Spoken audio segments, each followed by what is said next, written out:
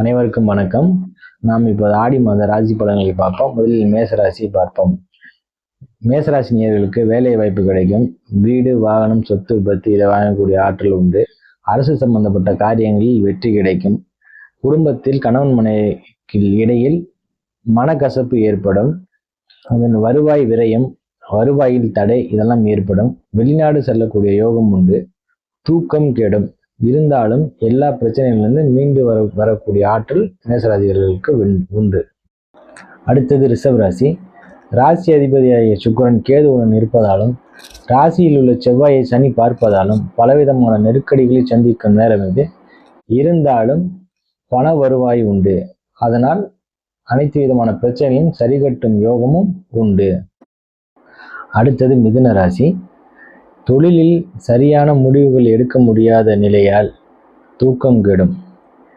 இருந்தாலும் முயற்சியால் வெற்றி உண்டு. முயற்சியால் வருவாய் உண்டு. வெளிநாடு செய்பவர்களுக்கு இது ஒரு சிறந்த மாதம். கடன் அடைக்க இது ஒரு சிறந்த மாதம். கொஞ்சம் தூக்கம் கெடுதலால் சில மன உளைச்சல்கள் ஏற்படும். அடுத்தது கடகராசி. கடகராசி நேயர்களுக்கு உயர் பொறுப்பும் ஊதிய உயர்வும் உண்டு. எதிர்பாராத வருமானம் உண்டு. வருமானத்தில் நெருக்கடியும் உண்டு. பேச்சில் கவனம் தேவை. குடும்பத்தில் நெருக்கடி உண்டு. வயிறு பிரச்சனையும் மாதவிடாய் கோளாறு பிரச்சனையும் உண்டு. எதிர்பார்த்த லாபம் குறையும்.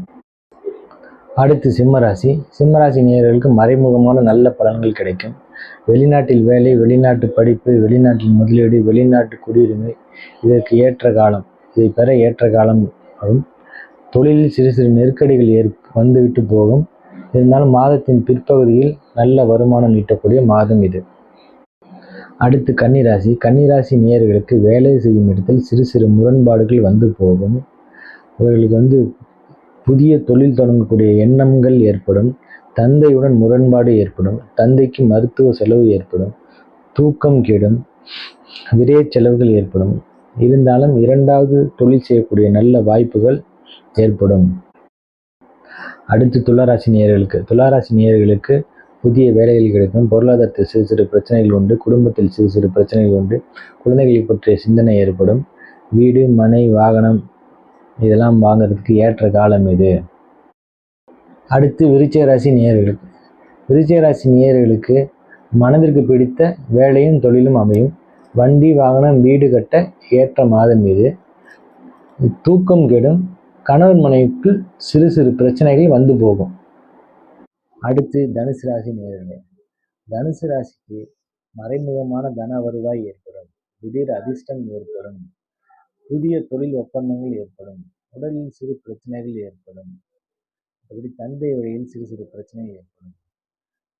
பிறகு வீடு, மனை, வாகனம் வாங்க இது ஒரு சிறந்த காலமாக இருக்கும். அடுத்து கும்பராசி. வெளிநாடு சம்பந்தப்பட்ட தொழில் பண்ணுபவர்களுக்கு நல்ல தன வருவாய் உண்டு.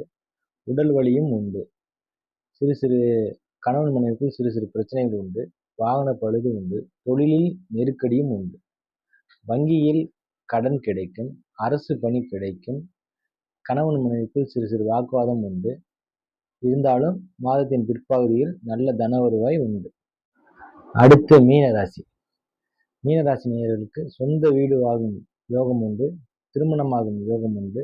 மனதிற்கு பிடித்த வேலை கிடைக்க யோகம் உண்டு. வெளிநாடு செல்லக்கூடிய யோகம் உண்டு. உடல் பலகீனமும் வந்து போகும். கண் பிரச்சனை, வயிறு பிரச்சனை போன்ற தொல்லைகள் வந்து போகும். சிறு சிறு முயற்சிகளுக்கு முட்டுக்கட்டையும் வந்து போகும்.